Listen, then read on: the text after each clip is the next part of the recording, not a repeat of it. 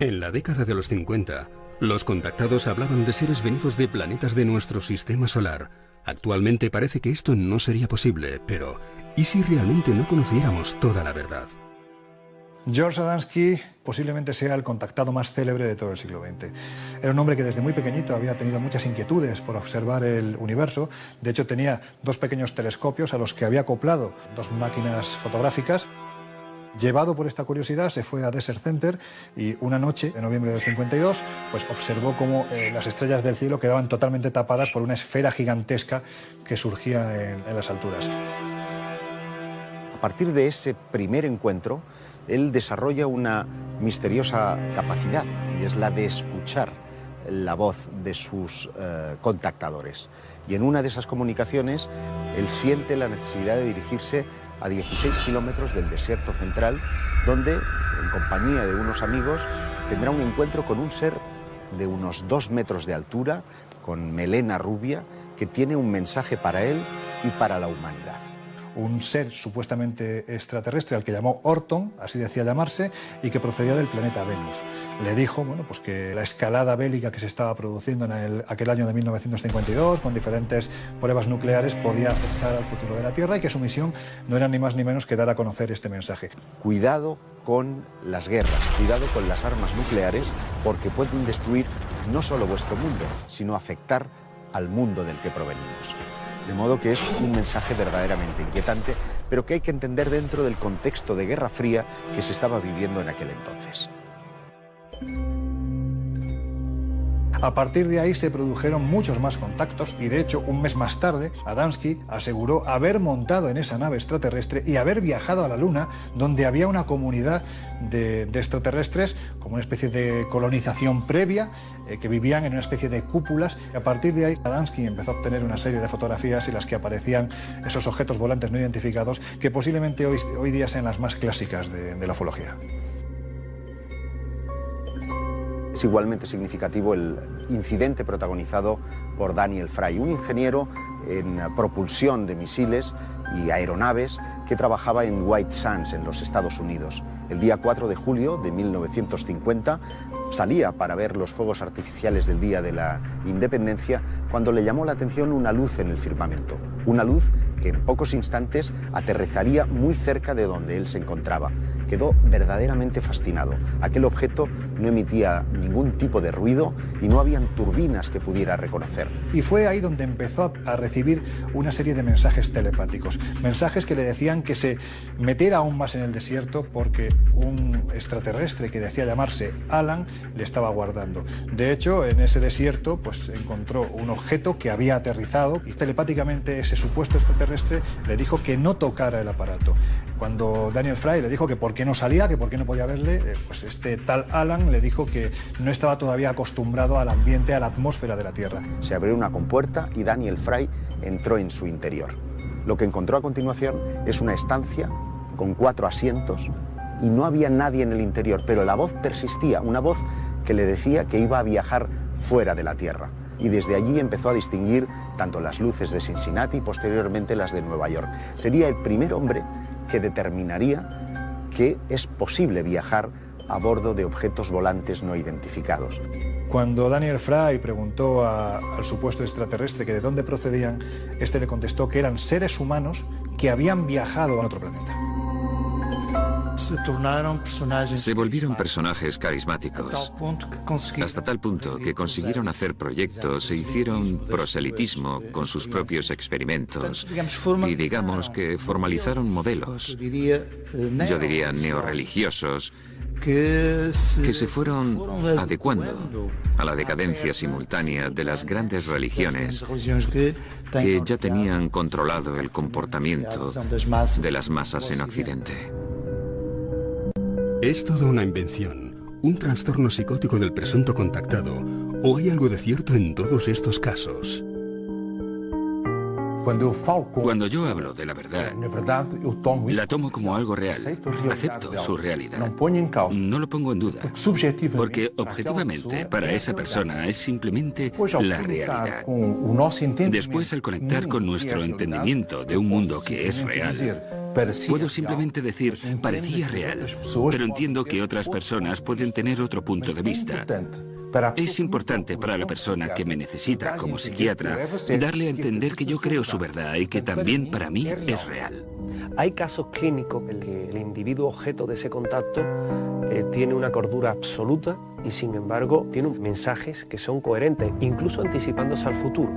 Desde ese punto de vista, el fenómeno es indudable, incuestionable y real. Muchos de ellos aseguran hacerlo vía telepática, empleando la transmisión del pensamiento.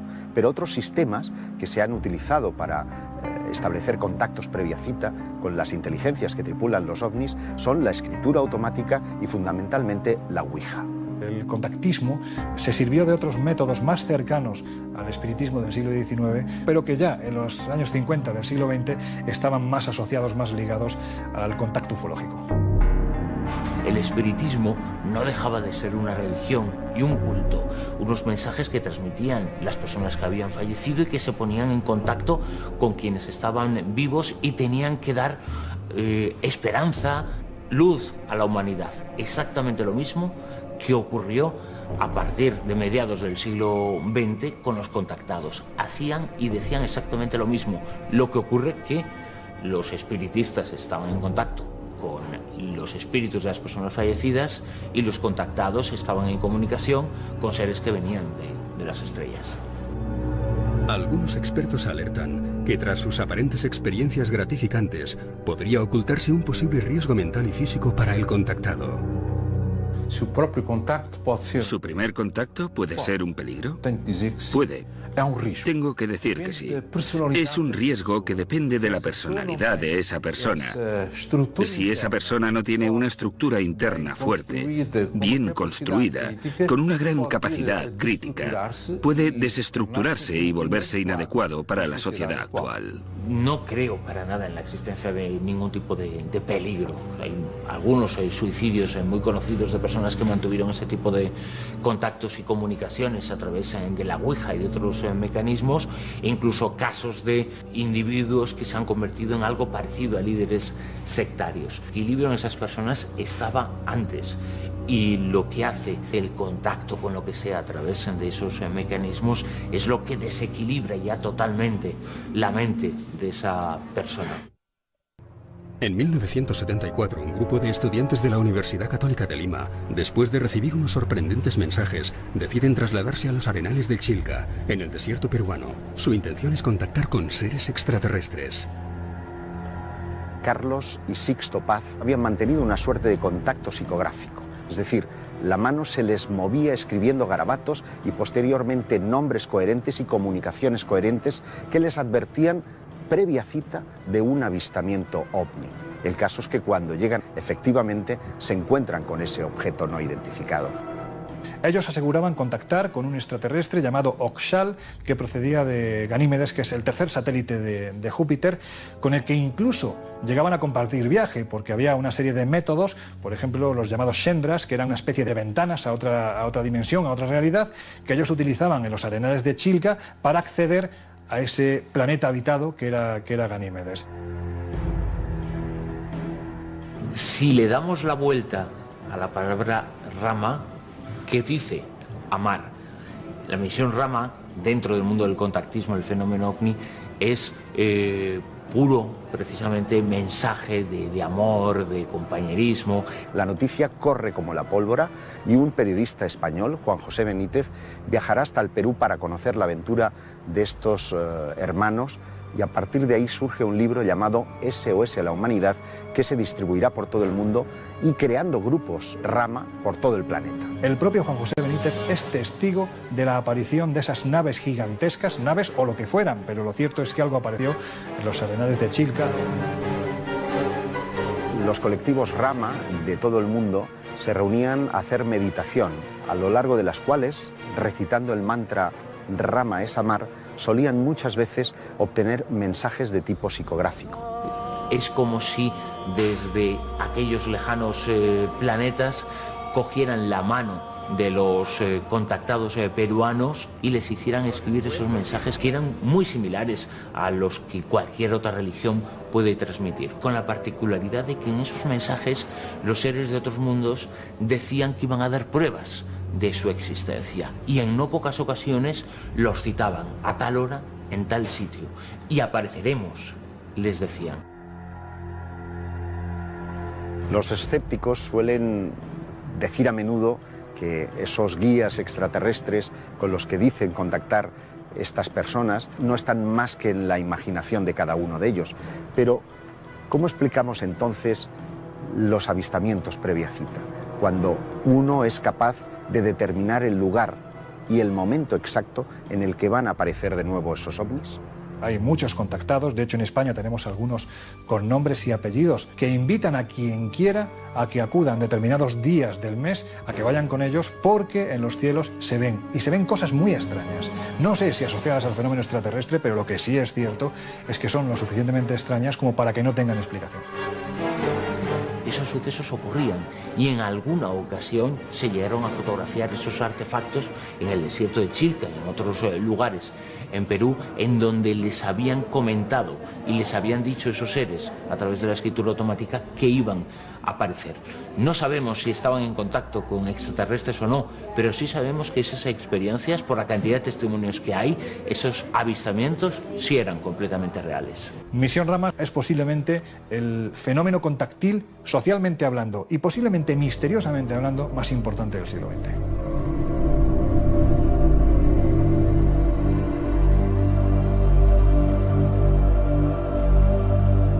De nuevo, los contactados parecen remitirnos a lugares específicos que denominamos zonas calientes y que parecen coincidir con lugares sagrados del pasado, enclaves donde las civilizaciones antiguas constituyeron sus templos o construyeron iglesias, porque parecen indicar que debían de ser importantes para los dioses. Pienso que hay lugares más propicios que otros, dependiendo de los seres que mantengan contacto. Y esos lugares son muchas veces puertas de comunicación entre un plano y otro plano. Y por tanto, esos vértices de comunicación, digámoslo así, determinan una mayor o menor facilidad de contacto. Un contactado puede estar en varios lugares. Uno de estos seres puede estar en varios lugares y establecer varios contactos por estar en un estado mental propicio para tener esas comunicaciones. En la península ibérica existen ciertos lugares donde los supuestos contactos con extraterrestres son muy relevantes. La montaña de Montserrat en Barcelona es uno de ellos. Desde hace 30 años se viene repitiendo un acontecimiento singular. El protagonista de este caso es un contactado llamado Luis José Grifol. En el año 1977 era un profesor mercantil que estaba asomado a la terraza de su casa en Montgat, en Barcelona, cuando de repente sobre la vertical de su casa atravesó un objeto luminoso que se perdía en el horizonte del Mediterráneo. A partir de ese instante, un hombre que no le interesaba para nada lo referente al fenómeno ovni ni al fenómeno extraterrestre, pues decidió indagar un poquito más hasta que el 11 de marzo de 1979 fue con su esposa a Montserrat. Ese día, para él, la certeza de que estaba siendo contactado por una inteligencia de otro planeta fue absolutamente real. En los cielos de Montserrat se empezaron a ver luces que bailaban al son de prácticamente las preguntas que realizaba Grifol. Desde ese día, desde marzo de 1979, todos los 11 de cada mes, incluso hoy en día, son cientos las personas que acompañan a Grifol a Montserrat para observar los cielos y atender a lo que allí ocurre. Yo puedo decir que he estado con Grifol en Montserrat, cuando él decía en un momento determinado, en unos minutos vamos a ver unos objetos que se mueven en el cielo en esta dirección, van a seguir esta vertical. Hay que decir que minutos después eso se producía. Y yo lo he visto. Que realmente esté ante un contacto extraterrestre no lo sé, pero lo que sí es cierto es que hay algo en este lugar verdaderamente extraño que de una forma u otra Grifol es capaz de controlar. El caso de la Sierra de la Garduña es interesante por lo siguiente. En los años 70 hay un señor llamado Américo Duarte que vivía en Lisboa y tiene un episodio denominado Missing Time. Él va al volante de su coche y a cierta altura no se acuerda de nada más y se despierta en una población que no conoce, Garduña. Decide dormir en este sitio y en su coche ocurren una serie de fenómenos que él identifica como una serie de objetos. Él tiene una serie de avistamientos y lo ve como una señal. Años más tarde, en el 73, viaja con su familia de Lisboa a Garduña y dice ser abducido por primera vez. La situación que él describe es que le llevaron a una base subterránea, en el interior de la sierra, donde ve unos seres y naves aterrizando. Eso sería realmente una muestra de sus bases. Cientos de grabaciones y fotografías circulan por la red mostrando pruebas sobre la veracidad de los contactos y los mensajes de estos enigmáticos seres. Muchas parecen torpes montajes, pero hay otras que son del todo inquietantes. Hoy en día cualquiera con un teléfono móvil puede grabar, además con calidad, lo que está viendo en los cielos. Y hay que decir que sí hay grabaciones verdaderamente extrañas que de momento no tienen explicación. Hay muchas fotografías y vídeos para probar los supuestos contactos. La gran incógnita es que ese tipo de eventos y ese tipo de sucesos se produce. A finales de los años 70, un grupo de contactados que habían estado vinculados a Misión Rama y otros grupos les dicen esos contactos que se van a aparecer en las proximidades nada más y nada menos que de la Basílica del Pilar, en Zaragoza. Y ese suceso ocurre. Y horas después fotografían y filman la presencia de una serie de extraños objetos sobre la propia Basílica del Pilar. ¿Qué era? No lo sabemos.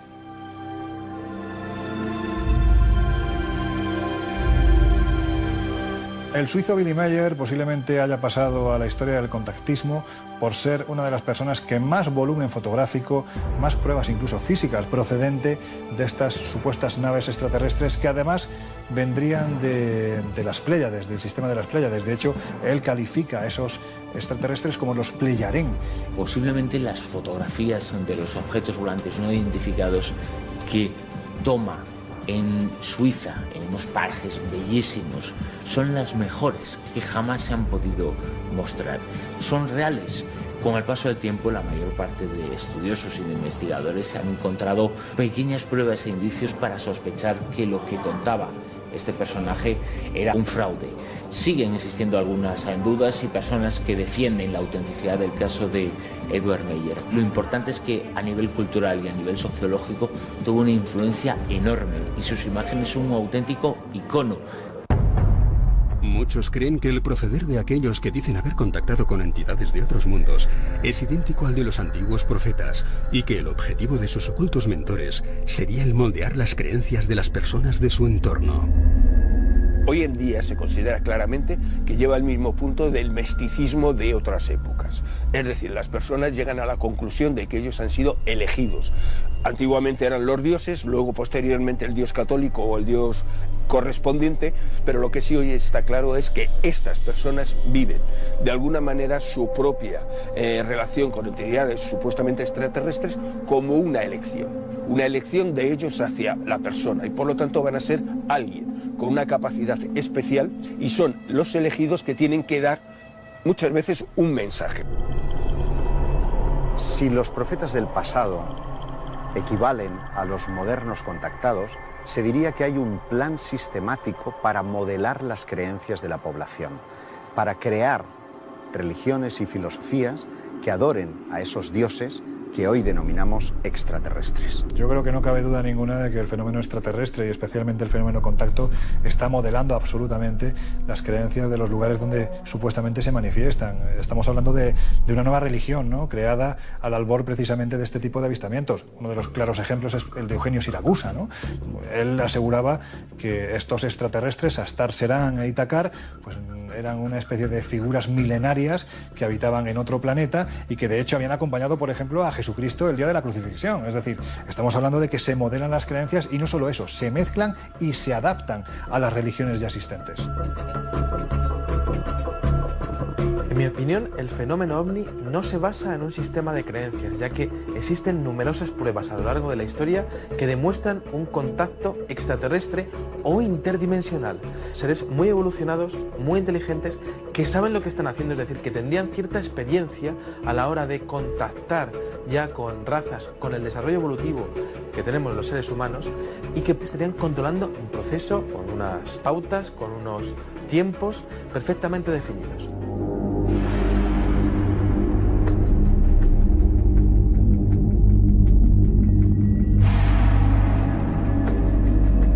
Bueno, existen cientos, incluso miles y miles de casos de contactos extraterrestres en la historia. Ahora mismo me viene a la cabeza, por ejemplo, una especie de grabado de la ciudad de Nuremberg del año 1561, en donde se expone un gran mosaico de objetos voladores no identificados sobre el cielo de la capital alemana.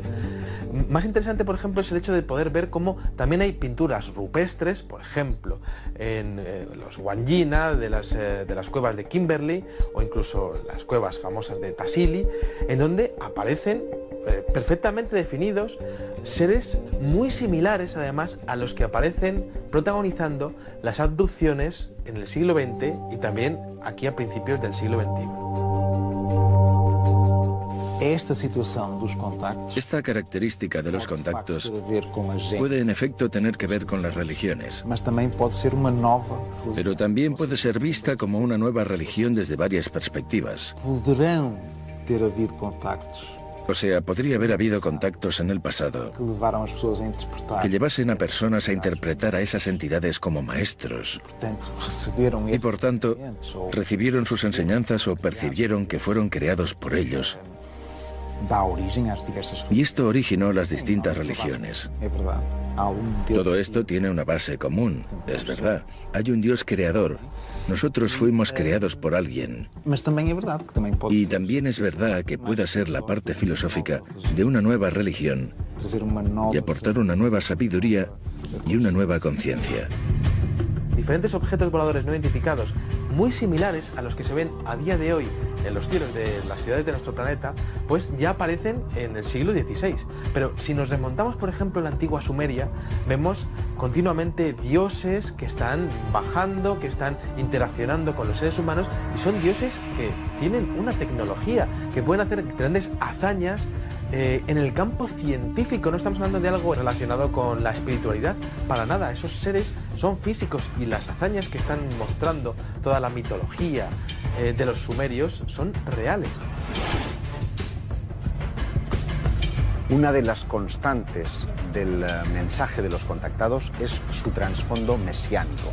Parece que su mensaje nada tiene que ver con fórmulas matemáticas ni con sistemas de propulsión, sino que parecen restringirse a un aspecto mucho más mundano, mucho más cercano al ser humano, el trasfondo espiritual. Realmente en nuestra cultura y en todas las culturas previas a nosotros, esas personas elegidas organizan dentro de su propio inconsciente su mensaje divino o extraterrestre, en este caso, en el cual la espiritualidad es lo único importante. Un mensaje técnico tiene un inconveniente, hay que demostrarlo, cosa que en un mensaje místico nunca existe. Por lo tanto, es más fácil para ellos dar ese mensaje y que los demás lo acepten.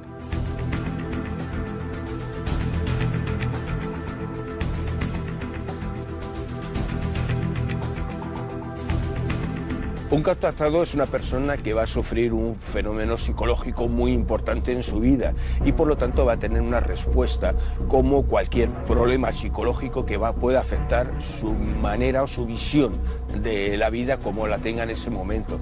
Así tenemos que él va a pasar como cinco etapas establecidas, que serían lo primero una negación de ese fenómeno porque él no entiende por qué le ha pasado a él. Posteriormente esa negación le llevará a una respuesta de ira, de respuesta de, bueno, si ellos no me entienden no es mi problema, yo he tenido esa vivencia. Ello le va a llevar a un cuadro depresivo, generalmente por rechazo social, que él va a hacer que de alguna manera se aísle, no quiera comunicarse con el exterior. Y por último tendrá una aceptación de, bueno, es lo que me ha pasado a mí. Ese es el momento en el cual el contactado sale a la luz. Y entonces se empieza a encontrar gente que de alguna manera apoya y entiende lo que él cuenta. Todo este proceso hace que, de alguna manera, él poco a poco, cada vez más, se convenza de que su propia experiencia es auténtica. Contactar con un cuerpo extraño en nuestra sociedad sugiere estar contagiado por una especie de enfermedad, una epidemia que súbitamente le afecta. Por tanto, desde este punto de vista, es un problema de patología social. Es algo que no encaja en el perfil de la normalidad.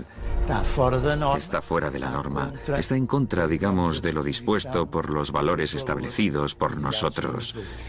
Y por tanto, es algo que yo entiendo y comprendo haciendo un esfuerzo en ese sentido. El gran problema, el drama íntimo, es concretamente la experiencia entre el que contacta y el contactado. Parece ser que cuando se establece un supuesto contacto, la comunicación se lleva a cabo a través de la mente, pero a veces ocurren hechos insólitos. Concretamente en 1962, cuando un singular personaje llamado Fernando Sesma recibe una llamada de un supuesto extraterrestre.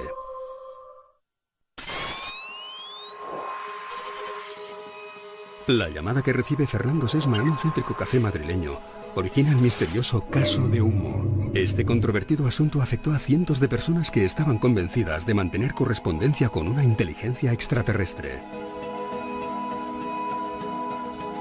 El caso Humo, digamos que habría que focalizarlo en torno a la figura de un personaje muy conocido en aquella época, hablamos de los años 50 del pasado siglo, llamado Fernando Sesma Manzano, que es el que empieza a aglutinar toda la información procedente de este planeta que supuestamente se ubica en la estrella 424 a 14,5 años luz de la Tierra. Él capitanea a partir de sus primeras experiencias una serie de reuniones en el Café León, en el centro de Madrid, y él consiguió que algunas de esas históricas y míticas tertulias literarias se convirtieron también en tertulias sobre extraterrestres y sobre ovnis. Principalmente lo que recibe son informes de un alto contenido matemático, astronómico, físico. Una serie de supuestos mensajes que a través de cartas con una capacitación y preparación técnica y filosófica extraordinaria que se transmiten y que reciben un núcleo muy importante de personas de Madrid y de otras partes de España, aunque luego el fenómeno se extendió a otras partes del mundo. Y luego había básicamente muchas llamadas telefónicas con una voz distorsionada de los sumitas que han quedado grabadas. Preguntan. ¿Son hermanos? ¿A sus hermanos? Sí. ¿Reunidos? Tenían una preparación, una calidad documental, informativa, filosófica, religiosa tan importante y un fondo tan sólido que es lo que llevó y catapultó al fenómeno Humo a que fuera conocido en todo el planeta. A partir de ahí se produce un contacto previa cita, se fotografían una serie de naves en San José de Valderas, encima de los castillos de los marqueses de Valderas, que posteriormente se han demostrado, o hay quien defiende, que realmente nos encontramos ante un montaje. Pero verdaderamente el caso Humo posiblemente sea el suceso ovni más internacional de la historia de España y posiblemente de la historia, ufológicamente hablando, del planeta Tierra. No se sabía quién estaba detrás, pero logró hacer creer la autenticidad de esos mensajes a decenas y a cientos de personas que recibían esas cartas. El controvertido Afer Humo fue originado un siniestro personaje, José Luis Jordán Peña, un parapsicólogo madrileño, y él decía que era para elaborar un estudio psicológico sobre este tipo de creencias, que es lo que generaba en las personas. Hace un año podía entrevistar a Jordán Peña. En su domicilio aseguraba que él tuvo relación con 3 servicios secretos, pero que nunca diría cuáles son porque peligraba su vida: la CIA, KGB y Mossad. Yo estoy convencido que la trama Humo que organizó Jordán Peña tenía una ayuda oficial, porque es imposible que nadie tuviera el operativo para mandar tantos comunicados por carta desde tantos países. Parece que detrás de ese controvertido asunto estarían los servicios secretos rusos, que estarían ejerciendo una especie de experimento de control mental sobre una parte de la población española, concretamente sobre los creyentes de ovnis. Esto es lo que se ha dicho para explicar el asunto humo, aunque no todo el mundo está de acuerdo, puesto que son miles, millones las personas que siguen este caso en todo el planeta, y además hay múltiples avistamientos que se han producido en otras partes del planeta donde esa supuesta nave extraterrestre posee el símbolo que sería una especie de H con una cruz en medio. Año 1977, sur de Inglaterra. Es la hora del telediario y, como todas las noches, muchos de sus ciudadanos están atentos a sus televisores. De repente hay una interferencia en la imagen que se deja de ver. Y aparece una voz en un tono como metálico. This is the voice of Allah, representative of the Ashtar Galactic Command, speaking to you. For many years you have seen us as lights in the skies. We speak to you now. Levanta muchas dudas de cómo ha sido posible que alguien lo hiciera. De si fue un fraude, pero ¿cómo alguien pudo conseguir esto en 1977? Nunca se ha sabido y se produjo en 5 emisoras diferentes. Los espectadores no conseguían ver la imagen porque estaba distorsionada. Solo veían rayas y ruidos en la pantalla y solo podían oír esa voz metálica transmitiendo el mensaje durante más o menos 10 minutos. Nunca se ha conseguido saber el origen de ese mensaje, pero es interesante porque una vez más usaron un medio de comunicación terrestre para anunciarse o contactar.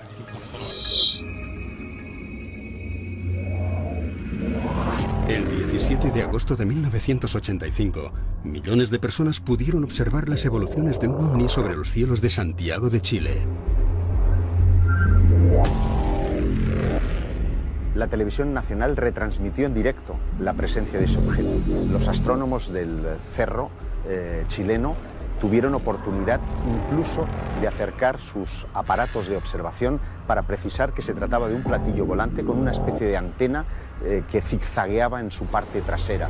Para la mayoría se trató de un artefacto de procedencia desconocida, pero un grupo de radioaficionados estaba convencido de que aquel avistamiento era la confirmación a una serie de contactos que venían produciéndose desde tiempo atrás y que tenían que ver con una comunidad extraterrestre que ya habría llegado a nuestro planeta y habría habitado en la isla Friendship, situada al sur del archipiélago de Chonos, en Chile. Capturaban, tipo abducción, a personas que se llevaban a la isla para trabajar con ellos y sobre todo para curarles de determinadas enfermedades. Como los antiguos apóstoles estarían buscando a personajes que le harían de emisarios de su mensaje y definitivamente perderíamos su contacto unos años más tarde. Desde entonces no se ha vuelto a tener ninguna transmisión por radio.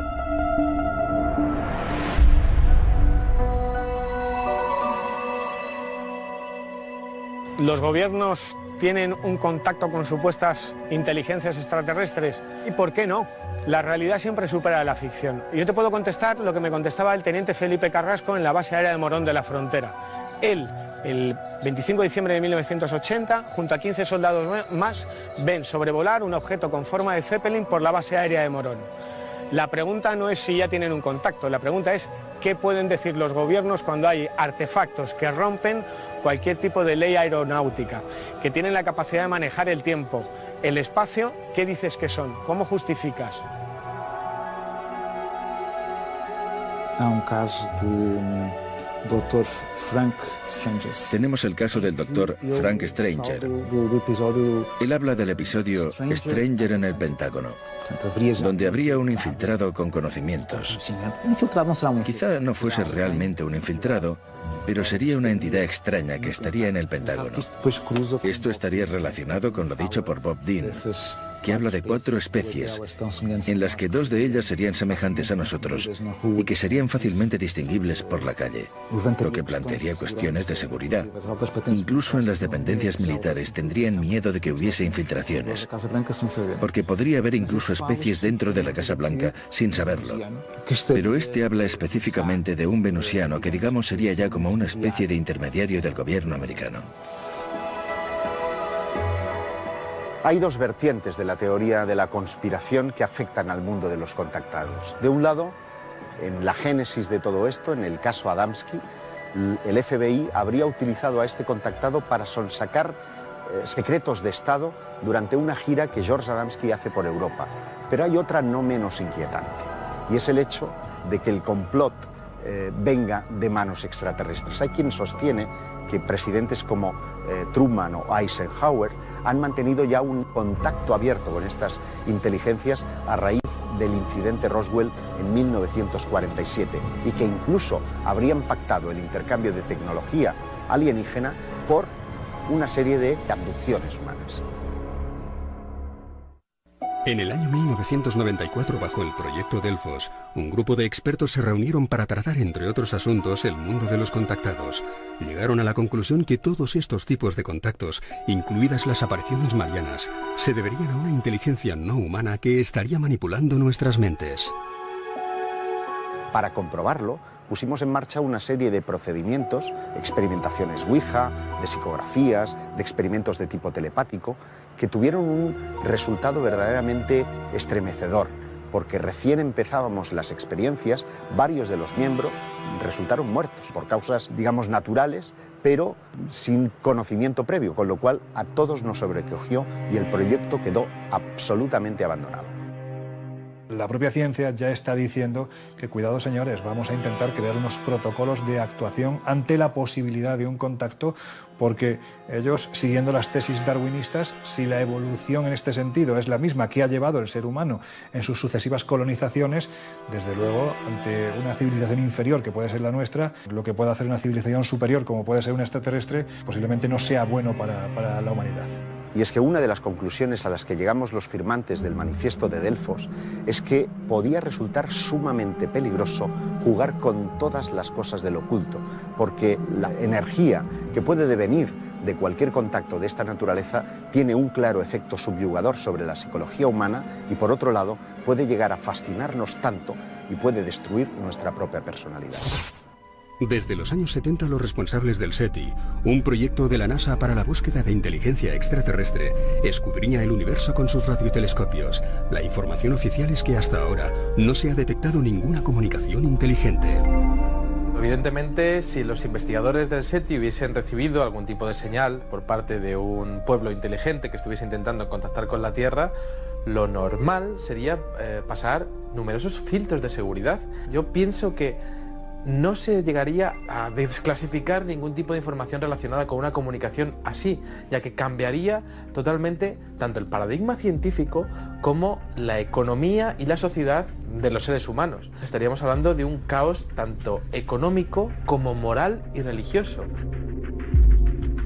Hace muy poquito tiempo, Szostak es uno de los astrónomos ligados al proyecto SETI, pues hablando precisamente de la posibilidad del contacto, aseguró que en cuestión de 25 años ese contacto será real, absolutamente real, porque si hasta ahora se han mapeado unos cuantos miles de sistemas estelares, para dentro de 25 años, de un cuarto de siglo, estaremos hablando de más de 1 millón. Espacio suficiente para que ese contacto sea ya real al 100%.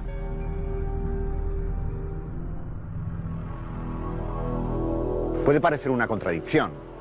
Estamos gastando grandes presupuestos en tecnología, en antenas, en técnicos e ingenieros para captar señales del cosmos y resulta que los contactados llevan años, si no siglos o milenios, diciendo que contactan con entidades no humanas e invisibles. Claro, la pregunta es, ¿esas entidades están dentro de nuestro universo visible? ¿Vienen de otra dimensión? ¿Vienen de otro lugar que no es el universo? Bueno, ese es el misterio que habrá que resolver y que sin duda abre un montón de preguntas todavía por responder. Es cierto que existen personas que exponen que han sido contactadas a través de la telepatía por parte de seres o entidades extraterrestres en procesos de abducción. Entonces, claro, existe una contradicción porque se podría llegar a comunicar mediante la telepatía, pero nosotros estamos utilizando antenas y radiotelescopios, ¿no? Entonces, creo que a nivel local, es decir, lo que sería de entidad a entidad, sí que podría llegar a funcionar la telepatía, tal y como se ha demostrado en muchos casos de abducción considerados reales. Pero claro, a nivel global, para una comunicación con toda una especie, sí que se tendrían que realizar mensajes de radio que fuesen pues retransmitidos a través de radiotelescopios, ¿no? Miles de personas aseguran haber contactado con alguna entidad desconocida. Muchas de ellas afirman que se trata de seres que no pertenecen a nuestro mundo. Esta avalancha de testimonios animaría a pensar que podrían haber existido contactos con seres extraterrestres.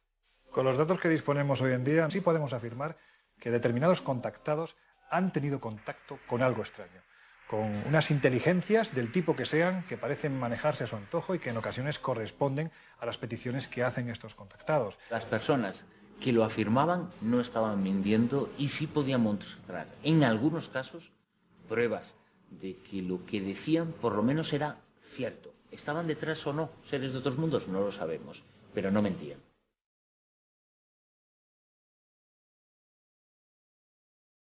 Podemos sentir la tentación de pensar que si yo fuera un extraterrestre buscaría un interlocutor importante, como puede ser un político o un científico eminente, para intercambiar información.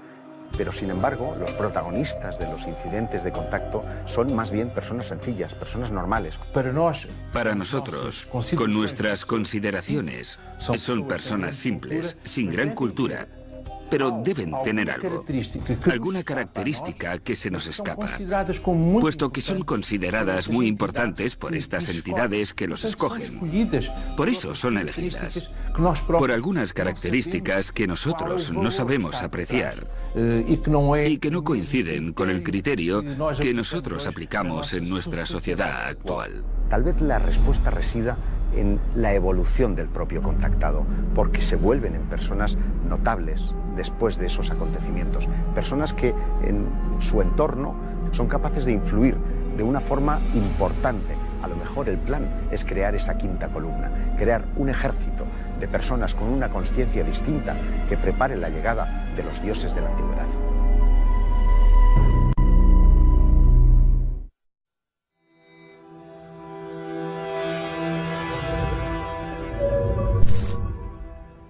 En la década de los 50, los contactados hablaban de seres venidos de planetas de nuestro sistema solar. Actualmente parece que esto no sería posible, pero ¿y si realmente no conociéramos toda la verdad? George Adamski posiblemente sea el contactado más célebre de todo el siglo XX. Era un hombre que desde muy pequeñito había tenido muchas inquietudes por observar el universo.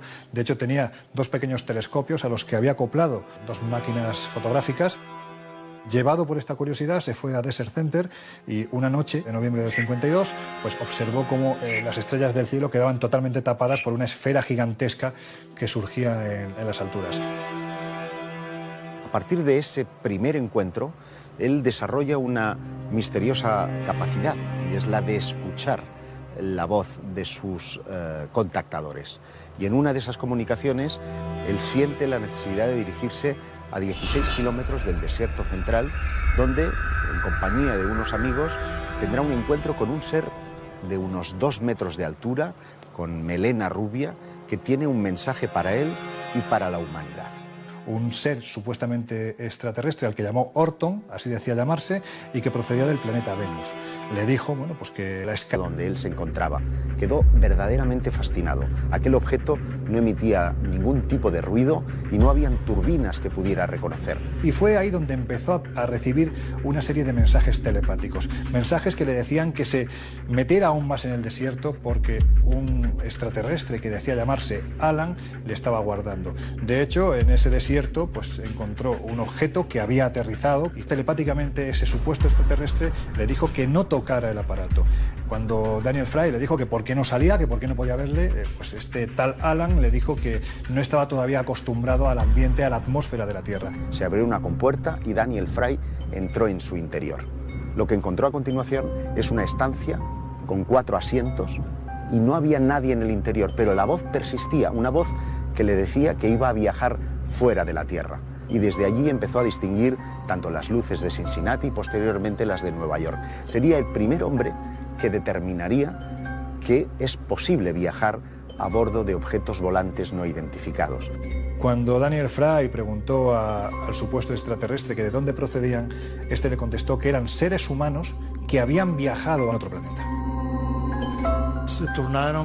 Se volvieron personajes carismáticos, hasta tal punto que consiguieron hacer proyectos e hicieron proselitismo con sus propios experimentos y digamos que formalizaron modelos, yo diría neorreligiosos, que se fueron adecuando a la decadencia simultánea de las grandes religiones que ya tenían controlado el comportamiento de las masas en Occidente.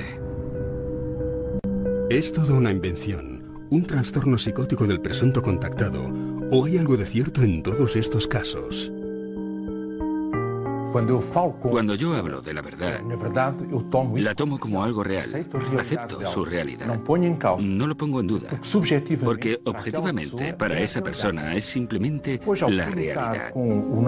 Después, al conectar con nuestro entendimiento de un mundo que es real, puedo simplemente decir, parecía real, pero entiendo que otras personas pueden tener otro punto de vista. Es importante para la persona que me necesita como psiquiatra darle a entender que yo creo su verdad y que también para mí es real.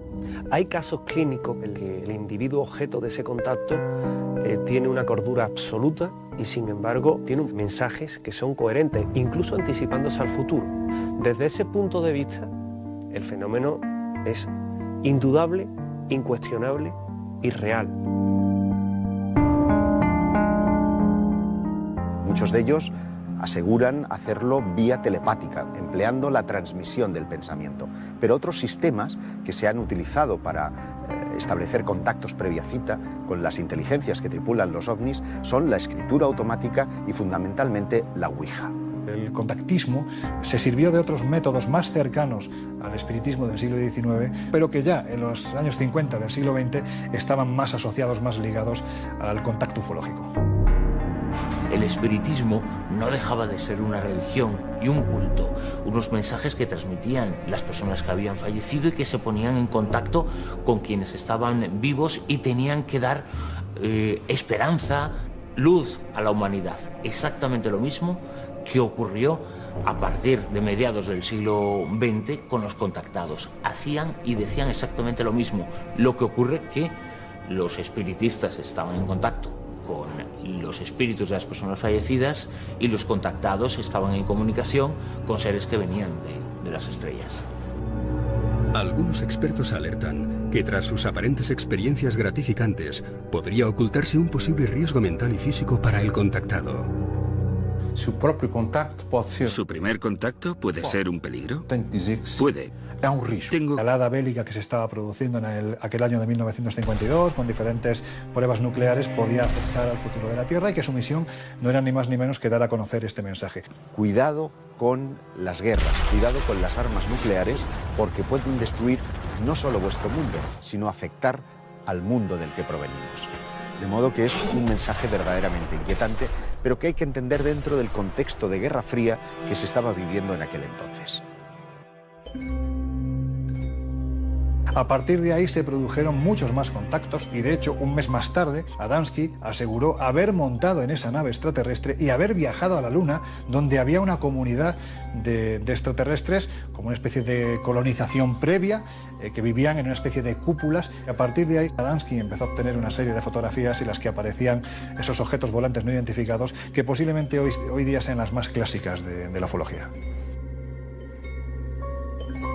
Es igualmente significativo el incidente protagonizado por Daniel Fry, un ingeniero en propulsión de misiles y aeronaves que trabajaba en White Sands, en los Estados Unidos. El día 4 de julio de 1950 salía para ver los fuegos artificiales del Día de la Independencia cuando le llamó la atención una luz en el firmamento, una luz que en pocos instantes aterrizaría muy cerca de